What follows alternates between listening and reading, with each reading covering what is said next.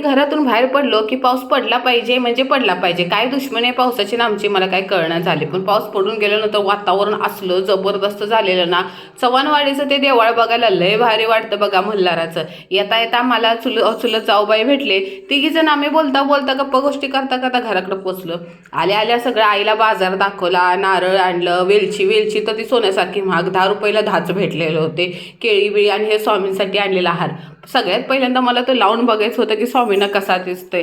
पहिल्यांदा जरा तो छोटा पडला, मग जरा अक्कलची शक्कल लढवली. जो गणपती बाप्पाला आरास केलेली होती ना त्यातल्या झिरमुळ्याचा एक धागा तोडला आणि ते वाढवला. पोरांची काय इथं रंगपंचमी सुरू होती, त्यांना ओरडून ओरडून ओरडायचं तर किती. नक्कीच स्वामींना हार आवडला असणार. स्वामी कशा हसतात ते बघा. मग आपली माले तिच्या 2 लाडक्या म्हशी घेऊन चाललेल्या होत्या. तिकडनं दुसरी चुलत मोठी जाऊबाई आली, ती पण चाललेली शेडगेवाडीला. पप्पांनी बघा हा सागाचा स्टूल 1000 रुपयाचा बनवून आणलाय. काय बाजार करून आले बया.